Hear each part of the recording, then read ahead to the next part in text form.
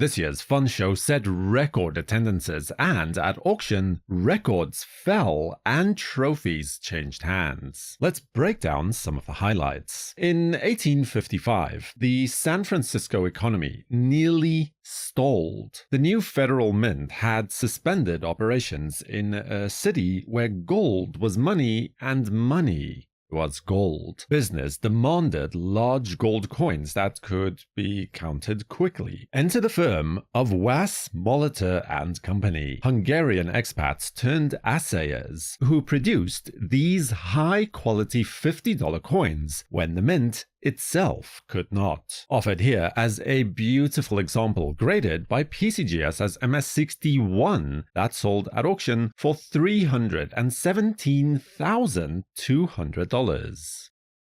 In 1808, the quarter eagle briefly became the canvas for reinvention. The new capped-bust left design arrived for a single year only, paired with a reverse that would endure until 1907. Just 2,710 coins were struck, and then the denomination vanished until 1821, its modest size proving too awkward for commerce and too small for banking. This stunning example was graded by NGC as MS63, and by auction's close it had sold for $390,400.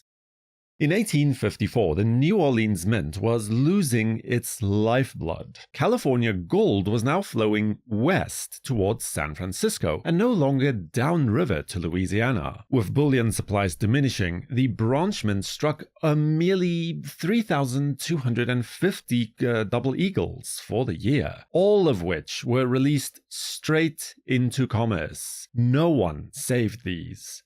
Only 26 coins are known to exist today, and not a single one of those is in a mint state grade. And this AU55 example from PCGS raised no less than $488,000 at auction.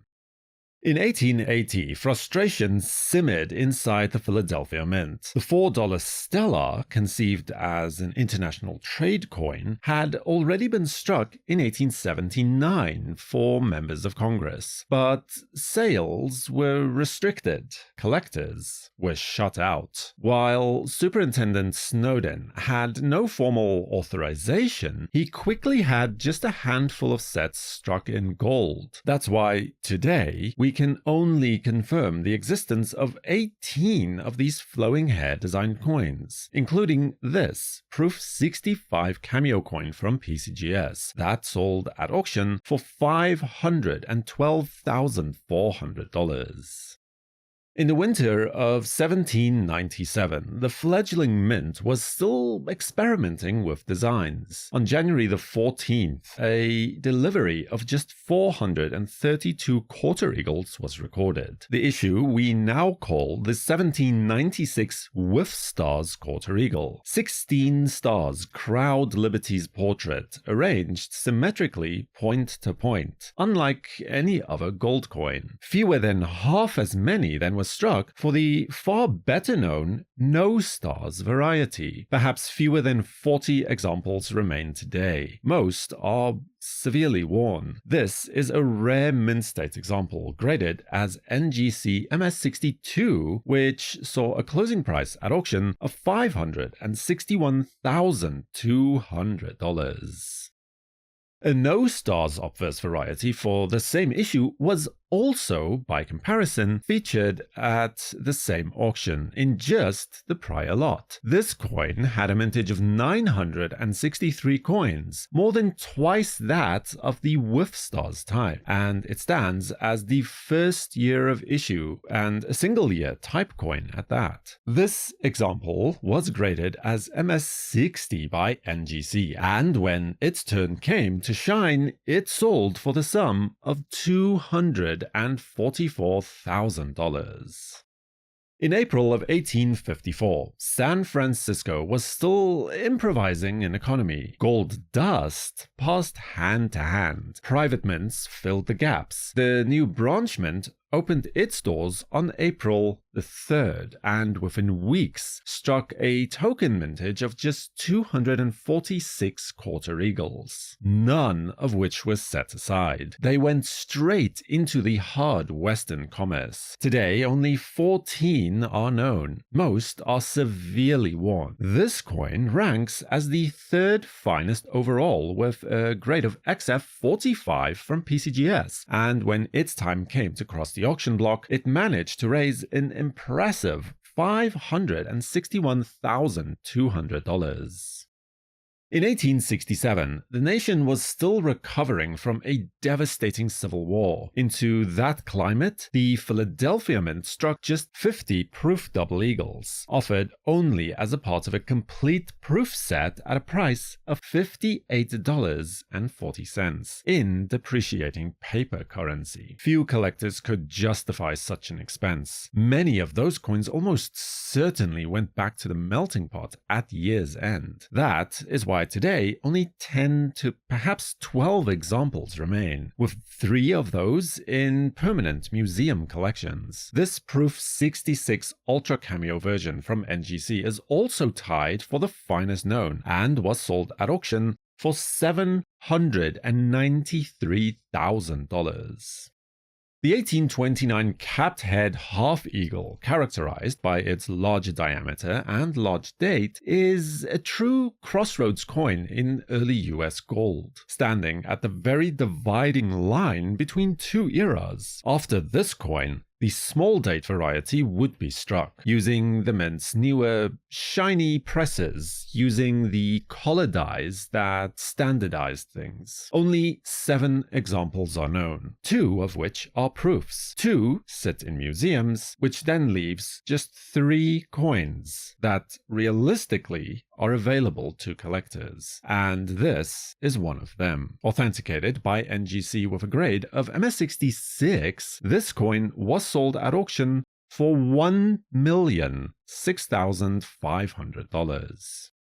In the late 1870s, America flirted with an international gold language that it never fully learned to speak. The $4 Stella was born from that confusion, a proposal shaped more by persuasion than real policy. The 1880 Coiled hair issue stands at the far edge of that monetary experiment, struck quietly, without clear authorization, and almost immediately abandoned. Today, only 9 coins survive. This Proof 67 cameo example is pedigreed to the Eliasberg and Paramount collections, and carries the mystery, ambition, and quiet failure of the Stella program in full, sold at auction for $2,074,000. The 1804 draped bust silver dollar makes headlines every time one appears on the market. It is not called the king of American coins without cause, after all, including a newly discovered coin that was missing for more than 75 years. Only 16 genuine coins are known to exist. One of the most storied coins in American numismatics. They were actually struck decades after the 1804 date, divided into 3 classes. The original, or Class 1 1804 coins were struck in 1834, when President Jackson required a full set of current coins for presentation sets and diplomatic gifts to foreign courts. Since the mint records reflected that the last silver dollars were minted in 1804, that date was chosen for the coin. This was done in an attempt to avoid creating an intentional strike rarity. The irony is that the 1804 dollars that were on the mint's books were likely dated as 1803 instead. So, as no 1804 dollars were ever created before that point, a rarity was exactly what they were creating. 8 of the Class 1 coins are known today. The remaining 8 coins are Class 2 and Class 3, and are later restrikes of this. Many were artificially aged, created specifically for the numismatic market, as late as even the 1860s. This is an example of just such a Class 3 coin, the renowned Adams-Carter specimen, today graded as proof 58, and by auction's end, it had managed to raise a total of $3,538,000. Subscribe to WNN and feel free to watch a video about last year's fun auction right here. Next, for the World Numismatic News, I am Numisman saying thank you for watching, keep collecting, and have a fantastic day.